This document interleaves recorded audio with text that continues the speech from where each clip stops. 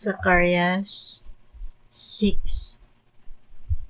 Unya, mitanaw ako pag-usab ug nakita ko ang upat ka karwahe nga mitungha sa taliwala sa duha ka bukid nga bronse. Ang unang karwahe giguyod sa mga kabayong pula, ang ikaduha sa mga kabayong itom, ang ikatulo sa mga kabayong puti, ug ang ikaapat sa mga kabayong kabang. Kipangutana ko ang anghel nga nakigsulti kanako kung unsay kahulugan ini ug mitubag siya. Mao kini sila ang upat ka hangin, gikan pa sila sa atubangan sa Ginoo sa tibuok kalibutan. Ang karwahe nga giguyod sa mga kabayong itom mipadulong sa amihanan ngadto sa Babilonia. Ang giguyod sa mga kabayong puti mipaingon sa nasod sa kasadpan, ug ang giguyod sa mga kabayong kabang mipaingon sa habagatan.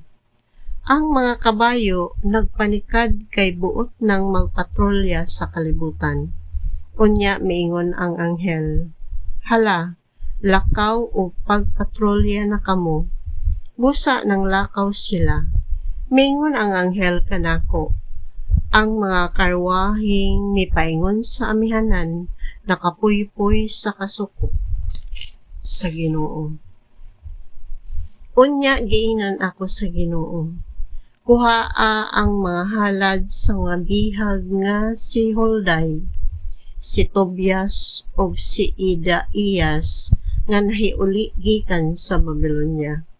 Ug sa mao gihapong adlaw lakaw ngadto sa balay ni Josias nga anak ni Sophonias.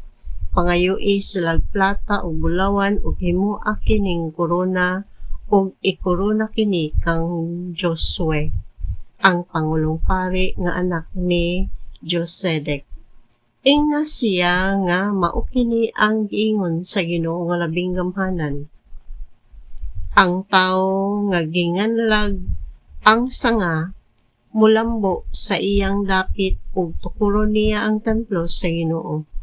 Pasidunggan siya ingon nga hari ug magmando siya sa katawhan.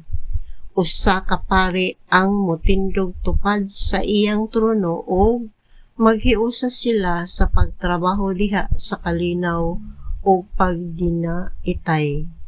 Ang korona magpabilin sa templo sa Ginoo ingon nga handumanan kang Hulday, kang Tobias, kang Idaiyas ug kang Josias. Unya katong atoa sa layo moanhi ug motabang pagtukod sa templo sa Ginoo ug mahibaluan unya ninyo nga ako gisugo sa Ginoo nga labing gamhanan sa pag-anhi kaninyo. Og mahitabo kini kun sa kinasingkasing tumano ninyo ang pulong sa Ginoo nga inyong Dios.